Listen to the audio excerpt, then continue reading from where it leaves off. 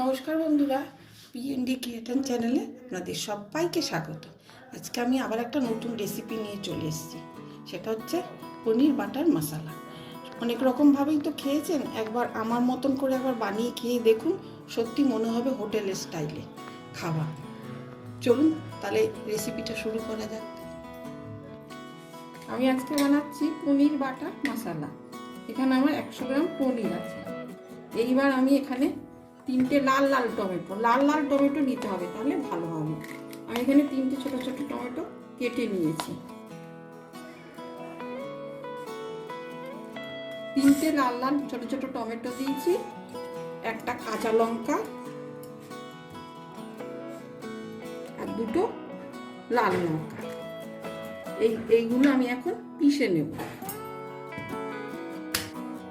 কড়াই আমি বসিয়ে দিয়েছি, কড়াইতে সাদা তেল বড় 3 চামচের মতো দিয়ে দিয়েছি। এবার আমি এর মধ্যে ফোড়ন দেব। এই যে তেজপাতা, জিরে, একটা ছোট এলাচ, 2টো লবঙ্গ, 2টো ছোট এলাচ, একটা বড় এলাচ, 2টো ছোট এলাচ আর একটু দারচিনি।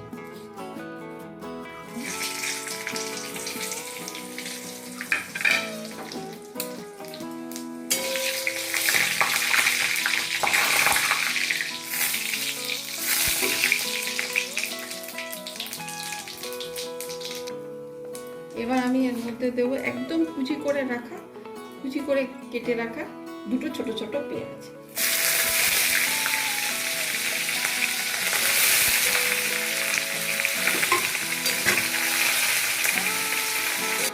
এবার আমি এর মধ্যে দেবো বড় চামচের 1 চামচ আদা রসুন বাটা দিয়ে আবার নাড়বো। এবার আমি এর মধ্যে টমেটো, কাঁচা লঙ্কা, শুকনো লঙ্কা যে পেস্ট করে রেখেছিলাম, এবার সেটা দিয়ে দেবো।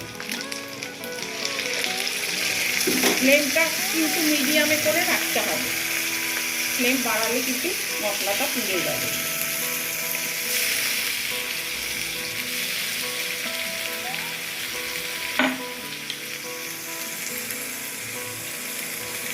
এবার এটাকে আমি কষিয়ে নেব, একটু লবণ দেবো।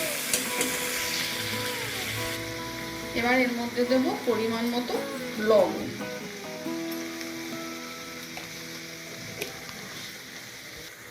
আর দেবো একটু মিষ্টি।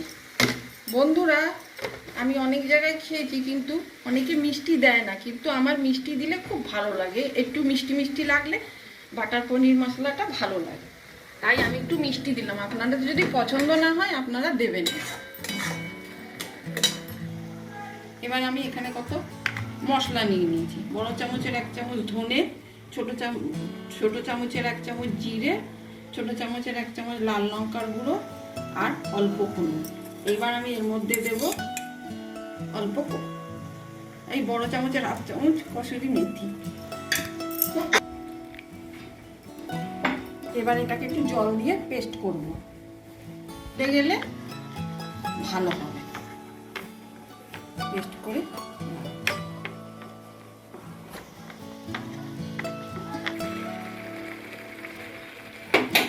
এবার এর মধ্যে ওই যে মশলাটা পেস্ট করে রেখেছিলাম সেটা দিয়ে দেব।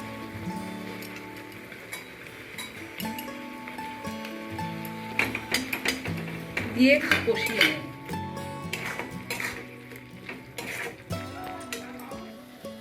এই কাজু বাদামগুলো আমি গরম জলে ভিজিয়ে রেখেছিলাম। এবার এই কাজু বাদামগুলো আমি পেস্ট করে নেব। এই যে মশলাটা কষানো হয়ে গেছে, তেল ছেড়ে দিয়েছে। এইবার আমি একদম গ্যাসের ফ্লেমটা কম করে দেব ওই কাজু বাদাম যেটা পিষেছিলাম সেটা দিয়ে দেব। দিয়ে এবার নাড়তে হবে, কারণ কাজু বাদাম তো লেগে যেতে পারে নিচে। নেড়ে ভালো করে এটা মিশাতে হবে। এই যে তেলটা উপরে চলে এসছে, এবার আমি এর মধ্যে জল দেব। ওই মিক্সিটা ধুয়ে একটু জল দেব। আপনারা কিরম গ্রেভি খাবেন সেই বুঝে আন্দাজ করে জল দেবেন। এটা আমি এখন ঢাকা দিয়ে দেব। আঁচটা কম করে একটু তেলটা যখন উপরে আসবে তখন আবার এবার আমি কড়াই এপাশে একটা প্যান বসিয়ে দিয়েছি, আর এই পনিরগুলোকে এখন আমি একটা লঙ্কার গুঁড়ো, হলুদ গুঁড়ো আর একটু কসুরি মেথি দিয়ে ভালো করে ম্যারিনেট করব, হালকা হাতে ম্যারিনেট করব।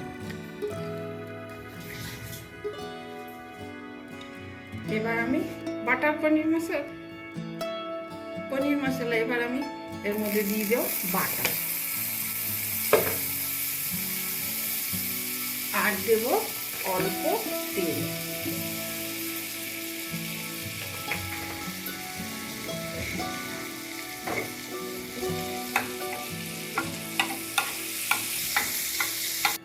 এবার পনিরগুলোকে এর মধ্যে ছেড়ে দেব,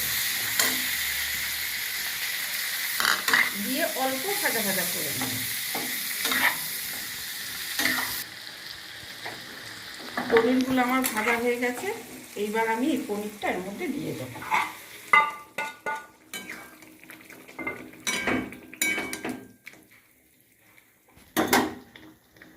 এখন দেব 1 চামচের মতো গরম মশলা,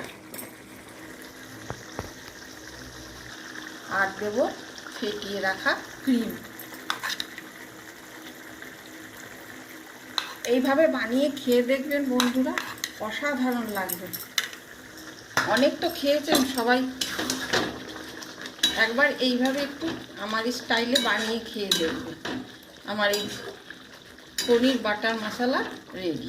আপনারা যেরকম গ্রেভি খাবেন সেরকম গ্রেভি রাখবেন, আর এর মধ্যে যদি ধনেপাতা দেন দেবেন। আমাদের তো কেউ ধনেপাতা বেশি খায় না বলে আমি দিলাম না। আমার এটা হয়ে গেছে, এবার আমি নামাবো। পনির বাটার মশলা রেডি। একবার এইভাবে বানিয়ে খেয়ে দেখবেন বন্ধুরা, ভীষণ ভালো লাগবে। ভালো লাগলে একটা লাইক, শেয়ার আর আমাকে সাপোর্ট করবেন।